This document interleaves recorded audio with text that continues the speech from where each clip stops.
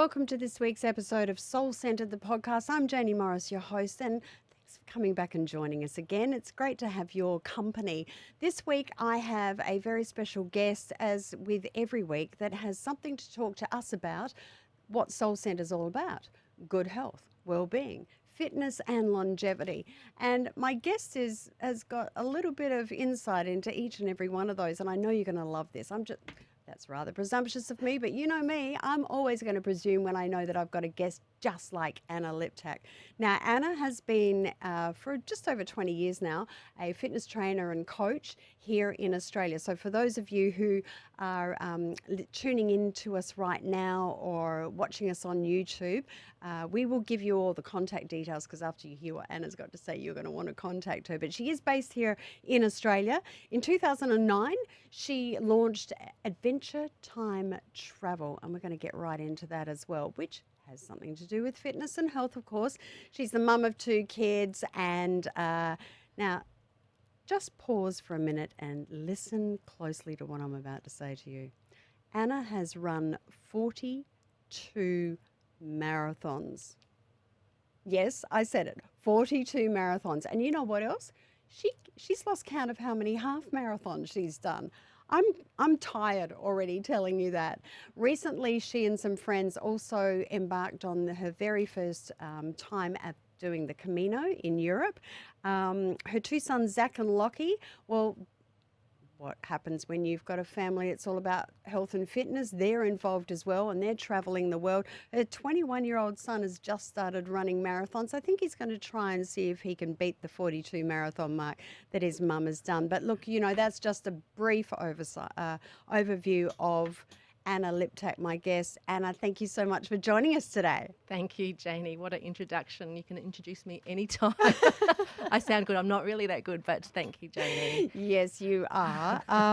Look, Anna, let's get right into it. As I mentioned before, 20 years, just over 20 years in fitness and coaching, in running and health and all things well-being. Can you give us a little bit of insight of how you started that, what got you into that, and what inspired that whole start in your life? Sure. Well, it was actually very incidental. I was in marketing and event management before I had children. And my first baby came along, Zach, and I breastfed him for nearly 3 years until Lockie came along. And at that time, before that, I was really into fitness and exercise. And my husband said to me, why don't you go and study something that you're interested in and passionate about just while you're home with kids? And I was like, well, I'm not going to work in a gym. That didn't motivate me at all.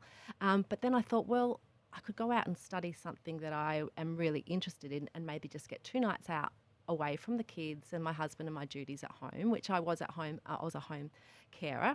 And so I decided to go and study. And while I was studying, I became an example to the trainers who were training us about someone who was breastfeeding and a bigger woman.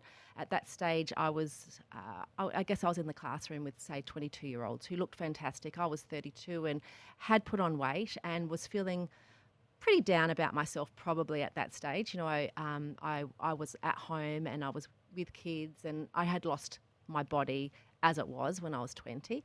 And them making an example of me really put it in my face and embarrassed me. I don't think they meant to. I think they were genuinely just saying this is what happens to a woman, and it does happen, right? So, but what it did, it ignited a fire in me, and I thought, right, I'm going to show you by the end of this course, which was 9 months, I'm going to get my fitness back. My motivation was more about my fitness and my health than it was my body, but I wanted to get my body back. And I wanted to beat all of them in the test, the fitness test, at the end of the course. So when we were every Tuesday night or Wednesday night, I think it was once a week that I went into the course, maybe it was twice a week, at night time, instead of sort of staying around and chatting to people in our breaks, I'd run around the block. So literally the block, but I'd run. So I made it my mission to move as much as I could over that 9 months. And by the end of my training course, we did do the fitness test, and I did set the record in the beep test at that time. So I was really proud of myself and what I'd done. And I guess that instigated to me that there was probably a hole in the market. I felt like that I was really embarrassed and about myself at that time. And I thought, I could help other women at home perhaps and maybe not go back to work for a little while. So I sent out a little flyer. I thought about a name for it. And I thought, this is going to be about women, predominantly women, women at that stage. So I sent it out to her as her time. So it was a little bit of time for a woman at home with children perhaps, or her time, or older women or women. And I had 80 people signed up in 2 weeks. Wow. Yeah. So there to me showed me there was a market, a massive market. And I said to my husband, I don't even know what I'm going to do. I knew it was going to be outdoors and circuit training, but I knew I just wanted to make these women enjoy their bodies in a safe and nurturing and comfortable environment, and a social environment. So we created that, and it really took off. And I had women of all ages, shapes and sizes. And I realised pretty quickly that the women that I was training were just mainly focusing, let's say 95%, on the scales. So, in 2 or 3 weeks, they'd come back to me and saying, I haven't lost weight, and they'd get demotivated or they might drop out. And I'd say to them, it's not about the scales, because the scales are not necessarily going to change, but how are you feeling? Are you feeling good? Are you feeling confident? Are you feeling stronger? And they'd say, yes, I will concentrate on the feeling. Let's concentrate on how it's making you feel. And they say, well, it's making me feel alive. I feel better at home. My kids are better. My relationship with my husband's better. So we went through how it was changing them mentally and not focusing on the physicality, which I knew would come, but that comes with time and consistency. So then my other passion was in running. So I thought, how can I give them a goal so that they keep focusing on themselves rather than these scales, which were driving me nuts. It was a bit like headbanging my head against the wall. And really at that time, I would say 20 years ago, I really was one of the forefront leaders in focusing on how you felt. It's now the fad, but really back then, people really didn't understand what I was talking about. And then people started entering races, events with me, because that's what my passion was. And so we started entering local events like the City to Bay, and we would walk. Some people would walk, some people would jog, some people would run, and we would all celebrate at the end. And it was fantastic, so much fun, and brought that sense of community, that sense of belonging together, and this sense of empowerment that it was bringing people. So with that, the partners got jealous. The men got jealous, and they... As always happens. When one is having a really good time, the other one goes, hang on a sec, I'm missing out. I want a piece of that. Yeah, absolutely. And so a number of the husbands came to me, or partners, and said, would you start his time? And I said, absolutely. I was scared of training men because I wasn't sure if they would listen to me as a woman or they would take my instruction. They were absolutely fantastic. In fact, they took the instructions so much easier than women who would be talking. I actually learnt where birds came from, are you birds? Because birds are. Whereas the men would just listen and they would do exactly what I would say. So they were fantastic to train. And in fact, there was only one man over the last 20 years that actually wouldn't listen to me, and he would do his own thing. But he sort of got marched out silently by the other men and other women. So I think that answers your question. That's what instigated me. So did you start his time separately? So was it men's groups and women's groups? Because it's his and her time, isn't it? Yes. So that's an interesting question. So I had her time Monday, Wednesday and Fridays, and then I had his time on Tuesdays and Thursdays, and then I melded them together on Saturdays and Sundays. So at that time, it was very 7 days a week. I did separate them. Yeah. But eventually that merged as everyone sort of grew to accept and know what I was doing. So once again, it was a little change, and it was a little change in thinking, but I didn't change it too much for everybody or myself at that time. So I had a very strong male base on Tuesdays and Thursdays, which I loved, and then I had a very strong women's base Monday, Wednesday and Fridays. But then what came about was some people couldn't do Tuesdays, could they do Mondays? So they silently came into the groups. The women, I guess nurtured them as well, and it became one. So his and her time became one essentially. Right. And so with the races that everybody started entering, because that's what you were doing, so of course you're going to follow the leader on all of that. Where did marathons come in? Well, that's a good one. I was with one of the ladies that I was training, who I was thinking about with the First City to Bay. She walked the First City to Bay in an hour and 30 minutes. Her name's Chantel Peacock. That's good. And she was It's a good really, time. she was a fantastic time, right, with her, and very proud of herself. Yeah. Which she should be. Mm. And then we entered the Trailblazer quite a few months into it. She had a 3-week-old when she started with me. She is a fantastic story in herself. I've got many fantastic stories, which is what keeps me going. And we did a 58-kilometre Trailblazer. So she had got a lot of fitter, so had I. And during this, which is 58 kilometres, but it's a walk jog, right? So it's up through the hills, Black Hill, Mount Lofty. It's very difficult. Right. But on this journey... It sounds it. Yeah. If you're a trailblazer, it's always going to be difficult. So it wasn't easy. And on that Trailblazer, she said to me, Chantel turned to me and said, "Do you think I could run a marathon?" And I said, "Absolutely you could, Chantel. There's no reason why you couldn't. We're doing 58Ks today. It's 42K marathon." I actually didn't know too much about marathons at this stage. So she went home and she thought, right, Anna said I can run a marathon. I'm going to run a marathon. So she entered herself into the London Marathon. And which was... Let's just go straight to the top, shall we? Yeah, so she... Not the Sydney Marathon or... Yeah, so, but she is, she's English as well, so she's got an English history. So she went to the London Marathon, did it, came back, loved it, said to me, "Anna, do you want to train with me for the Melbourne Marathon?" I'm like, "Oh, sure, I'll do the Melbourne Marathon with you." That was in 2011, and so we undertook the Melbourne Marathon, and on that marathon we qualified for Boston Marathon, which is the only marathon in the world, which is a very prestigious marathon that you have to qualify for. Oh. So essentially it meant that we were both good runners. Yeah. So then we went on from training from there, and that's how it instigated a flame throughout. And I'm from the Holdfast Bay community. Yes. So that lit a flame right through the Holdfast Bay community. But at that stage, I also was starting to take people nationally into adventure time travel. So I had His and Her Time, which was essentially training people in fitness, not focused around running, but around strength training, circuit training, boxing, just keeping people variety really, because I realised variety is what people needed to keep them interested. So I didn't follow like just a plan session. I'm a very on the spot, what I do, I plan it out, but it changes. So for 20 years, I haven't used the same program twice. Interesting. Every night I write programs. I love it.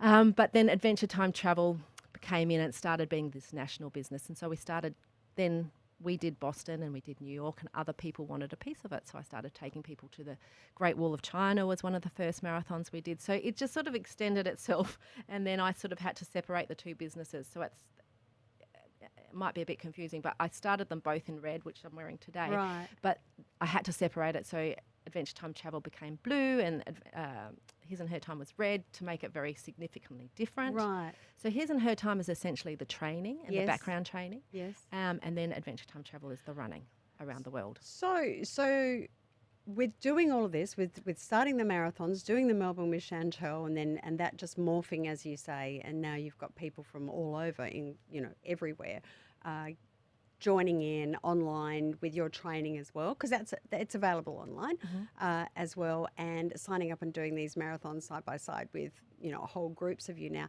So talk to me about Adventure Time Travel. So you've said that, and that's part of his and her time. But what made you decide to, or how did you start Adventure Time Travel? How did that all happen? So it was part of realising people needed goals and purpose. So we all need a purpose to get out of bed every morning. Even when we had, COVID times, I needed a purpose to get out. So in 2005, I realised, okay, we need purpose and goals. And the bigger the goal, the bigger the commitment, the more risk we're taking, the more chance we've got of succeeding. So if it's a smaller goal, you can actually pull out pretty easily. So, the local marathons, I probably have a 70% dropout. Right. The international marathons, I have a 0% dropout, because they tell people, they invest money, they invest time, they tell people. So it's you overcome obstacles. So we all have obstacles, as you know, Janie, and I know throughout life. Life is not a straight line, and you can't look at someone and say, "Oh, you're so lucky that you do marathons."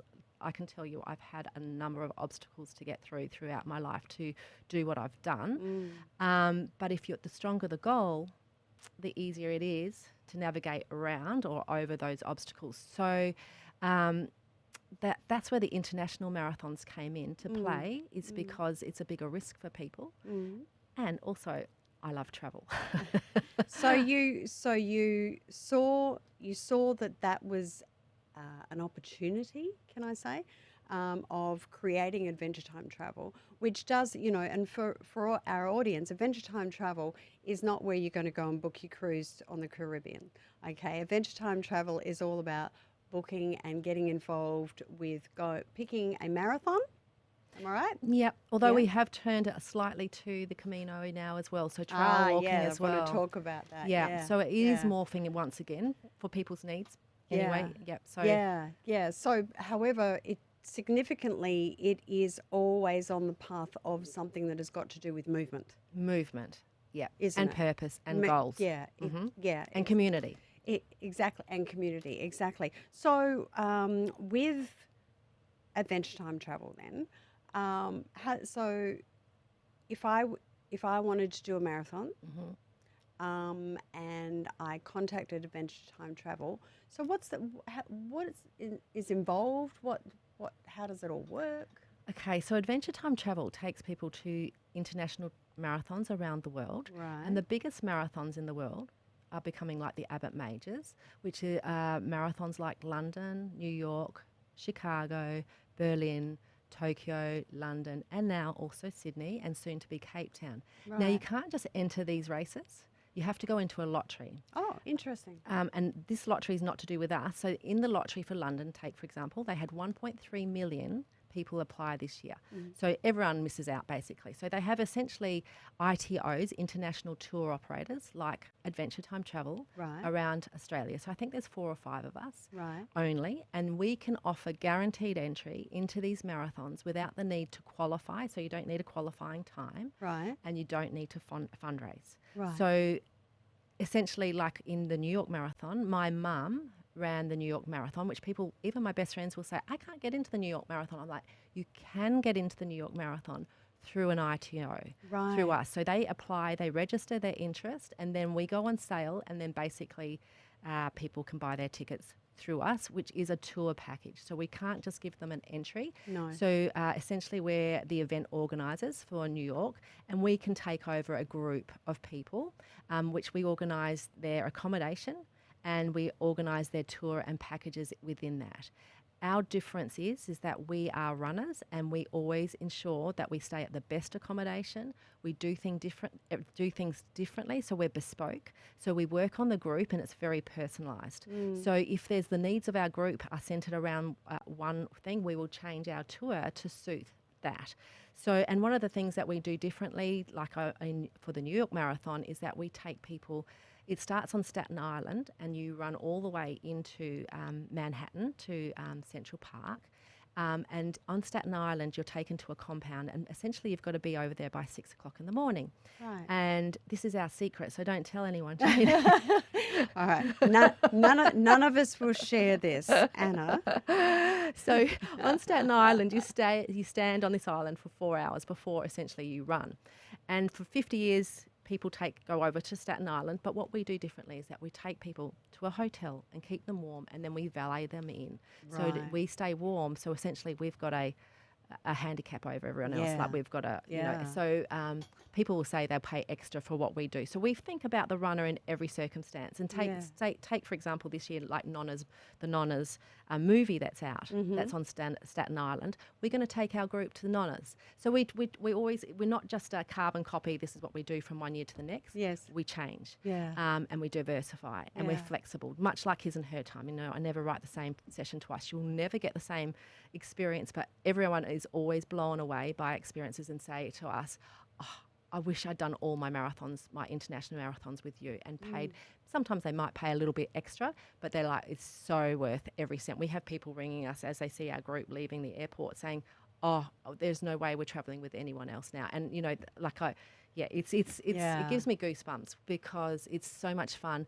I think, Janie, when you get to 40s, 50s, you lose that team aspect as well in fitness and community. So we create a really great team. And I'm sorry I'm talking so much. My son gave me coffee this morning and I don't usually have coffee.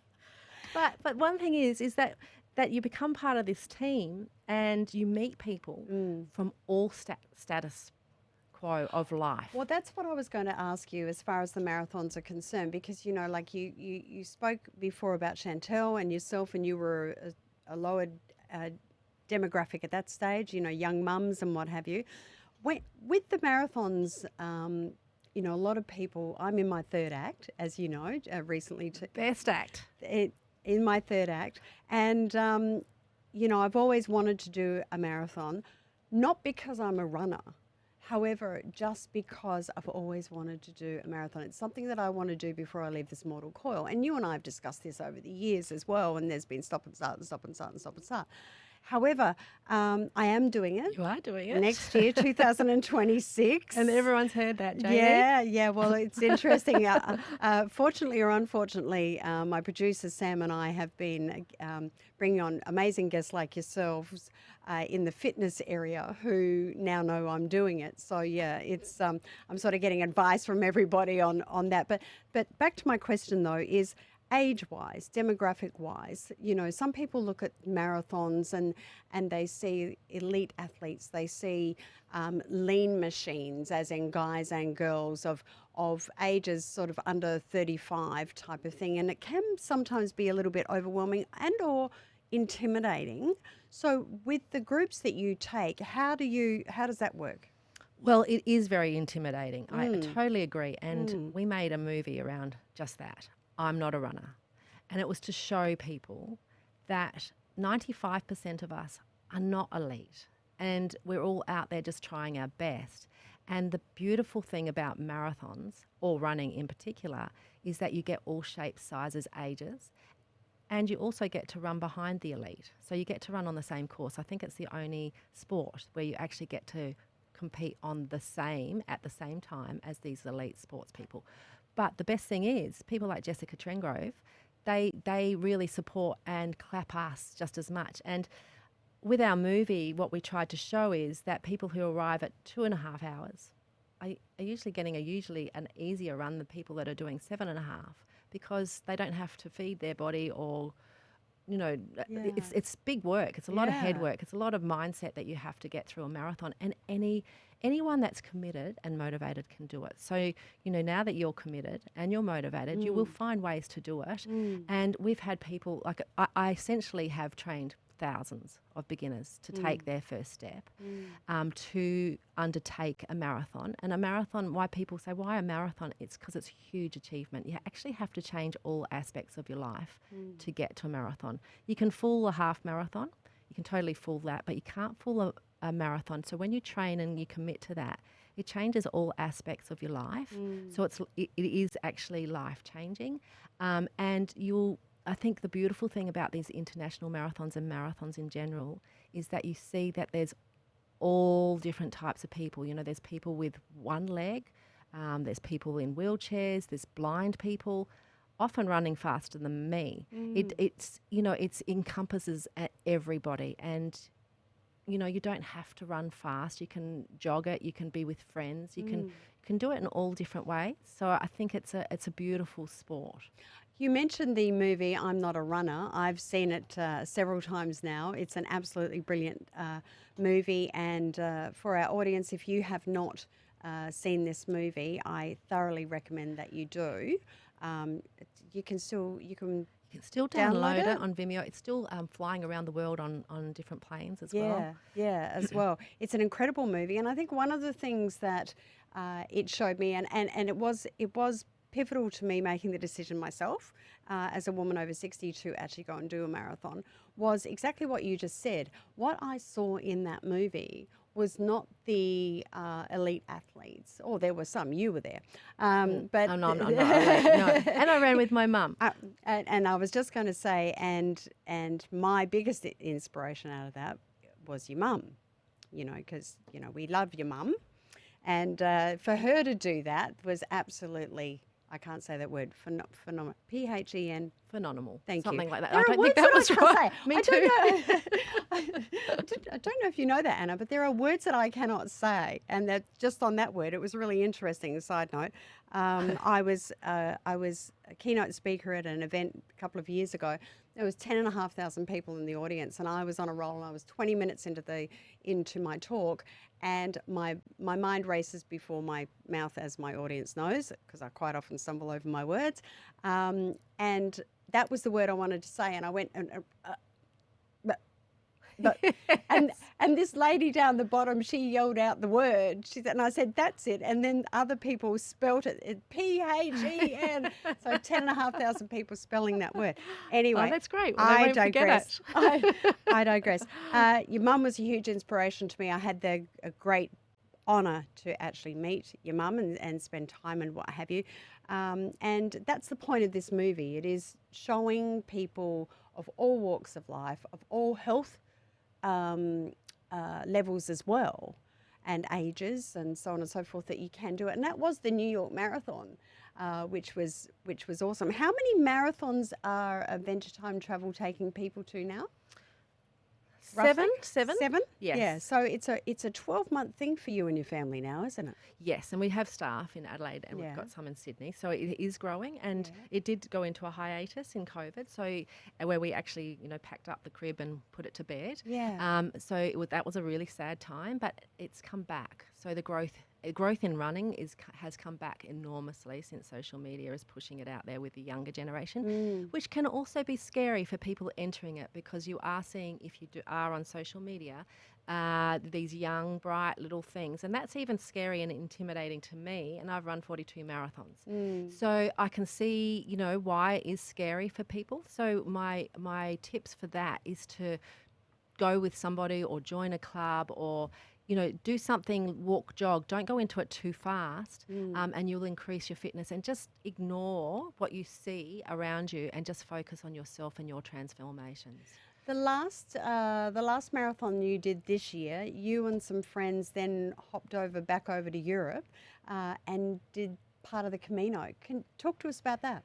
So we did the Camino. I've been injured in the last few months, and I wanted to finish off my Abbott major, so I did Tokyo, much to the disgrace of my physios, and I did that in February, March, but I thought I would really love to do something and keep moving, something that's a little bit more, not so aggressive on my body this year. So we signed up for the Camino, and we did the Camino, which was beautiful. Really, at that stage, all it was for me was to have some time away with my husband and a holiday with my husband, but not one on a couch, something that we could do and enjoy each other while moving.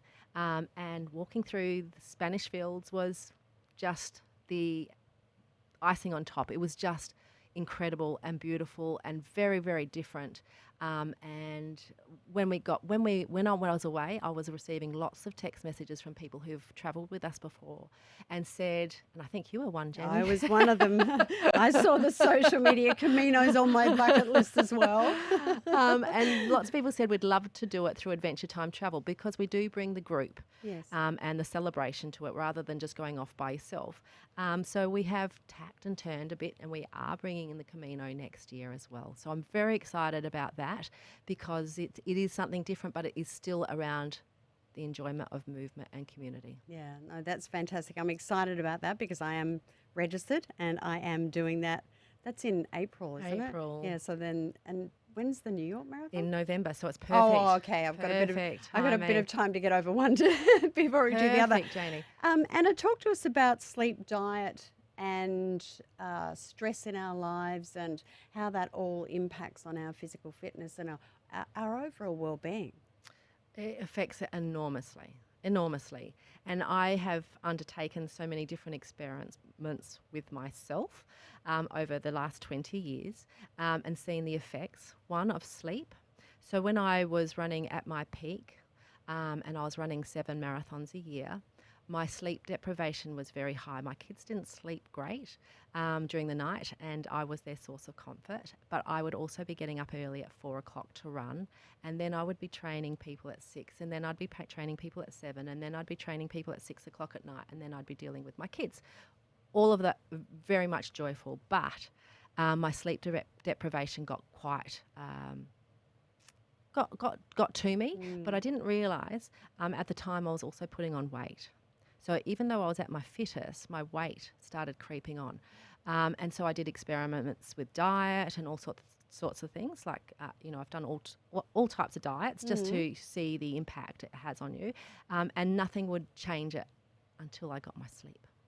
So my sleep became very important. Sleep's a big topic now. We were at the forefront of it at that time, really. Chantel and I were talking about, trying to find what was happening.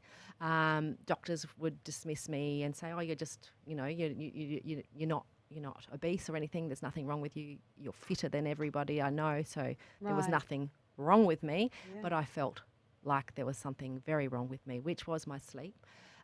So that piece of the puzzle brought to me how important sleep was. Weight, well, that comes with stress as well. If you're stressed and you're not sleeping properly, well, then you will put on weight because you're probably making wrong choices. For me, if I don't have a goal, my weight can also creep on quickly. If I've got a goal, a very strict goal, then, I don't drink alcohol, I don't eat sugar, everything's propelled towards that goal. Right. So for me, Janie, as a trainer, as a person, I really believe in goals and purpose. And I've really put that through to my children who have their own boards in their room, and they, write down their goals for the week. They write down their long-term goals. I sit down with them every year and we do short-term, long-term, and then they tick them off at the end of the year. Small things turn into big things. And it really, you think that you're only doing a small thing. It actually is very, very powerful, those small steps that you can take. Recognising, over that time I've had lots of stressful times, but for me, health and fitness has always been my priority. So my boat's always going in that direction. Not to say that I don't fall off, but I always know what's going to pick me up and keep me going to that island that I want to get to. Happiness is a big focus of your everyday life and is something that you not only look at every opportunity, every moment of every day to bring that into your own life, but also to others as well. Talk to me about the importance of happiness in mental health and well-being in regards to like fitness and running and that, the whole it's a whole story, really, isn't it? I mean, if what I hear, what you're saying right now is that, and we hear this a lot as well, when you've got your health to the state that you want it to be, when you've got your fitness, when you're working out or not even working out, just getting, the steps in, just doing movement every day, you feel better as well. But then that also fuels an element of happiness in your life. Talk to us about that with you. Totally. Well, it's interesting because I am going through a little bit of a dip at the moment because I am injured. And that does affect your happiness, my happiness, because my happy place is out. For me, my joy is running with my friends and getting my conversations that way. That's what makes my happy day. So at the moment, I'm going through a lull. And it's like, how can I keep moving and how can I not say I can't? Because I can't run at the moment, but I can swim, I can do yoga, I can move, I can walk. So it's refocusing my energy on something else to make me happy, not focusing on the can't aspect, which is a really tough one for me because running has been a really important part of my life for the last, let's say, 20 years. So everybody has it, and everybody has those excuses in their head. Every morning it's cold, but it's having that purpose and goal that's stronger than those excuses, because that excuse part of our head is very strong for everybody. Yeah, that voice can sometimes overtake a few things, and I you've just mentioned 4 a.m. starts for your trainings, and certainly for your for his and her time, the classes. You know, the early morning ones, 6 a.m. I think 5:45, 6 a.m. Motivation in getting up at for those who attend your classes at that time in the middle of winter. Do you find a dropout? Well, it's interesting. It's interesting, isn't it? Where your energy goes, energy flows. And that's so true. So if my energy is really right there in the moment for all of them and encouraging them, over the years, I've had bigger winters than I have summers. So if I can propel my energy forward, and it's an interesting time for me at the moment because I am traveling a lot. So my energy has dissipated a little bit out. So therefore the numbers in a way have been affected. But really, I've got some people who've been training with me now for 20 years, come cold or hot. And they don't necessarily, most of them aren't running a marathon. They are just doing it for longevity.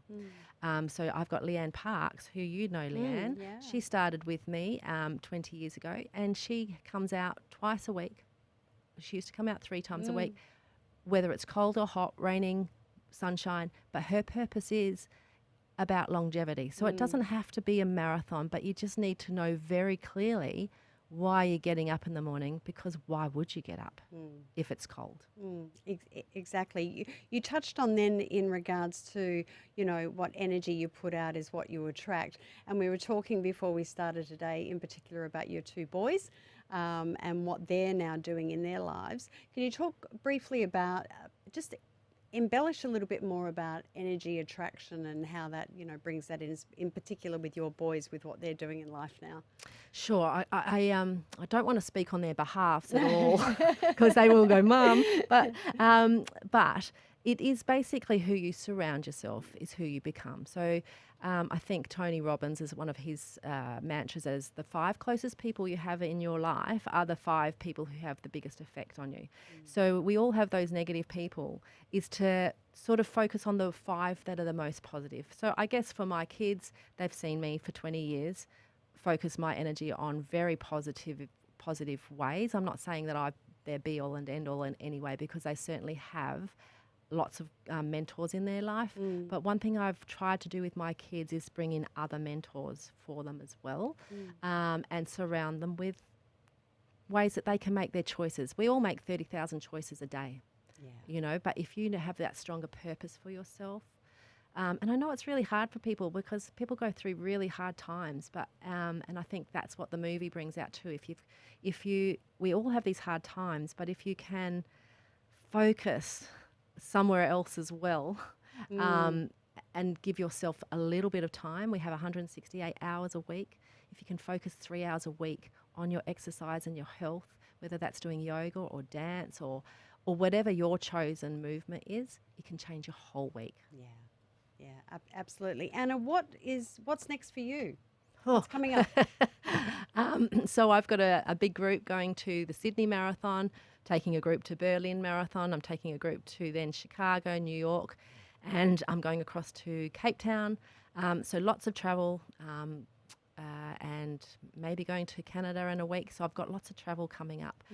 For me, my focus is getting over my injuries, and not getting down about those injuries, but finding my other purpose of how to get myself motivated.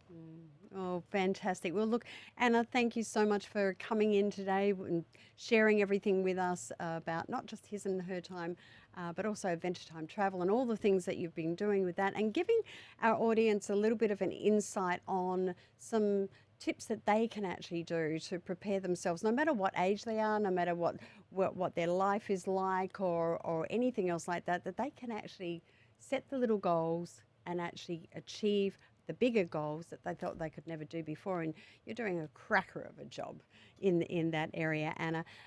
Thank you so much for joining us. We'd love to have you back. You'll certainly be back when I do the New York Marathon. I can't wait to see you do the New York Marathon. That's my other goal, is to get you over that finishing line. Can't wait. Yeah. Anna, before I let you go, if you had an 8-year-old Anna in front of you right now, what advice would you give her? I would give her the advice that she could do anything that she wanted to, really the sky is the limit, but really mean it and help her get to that sky. So I would set little steps to say it's not easy, it's not going to be an easy journey to get there, but you'll get there. And what we'll do is we'll find the right people to help you get there. And we'll just do it little step by little step. Great advice. Anna Liptak, thank you so much for joining us today on Soul Sentred, the podcast. And yeah, we look forward to catching up with you again very soon. And I know that knee is going to right itself really quickly. Thank you so much, Janie. Thanks for your time and interest too. You are welcome. And thank you for your company once again on Soul Sentred, the podcast. It's been a great episode. All of the contact information for Anna, as well as his and her time and Adventure Time Travel, will all be in the show notes. So wherever you're listening to us right now, we're iTunes, Spotify, if you're watching us on YouTube as well, and of course on the SEN network, we hope you have enjoyed this episode. You'll get all those details, and I look forward to having your company again on the next episode of Soul Sentred, the podcast.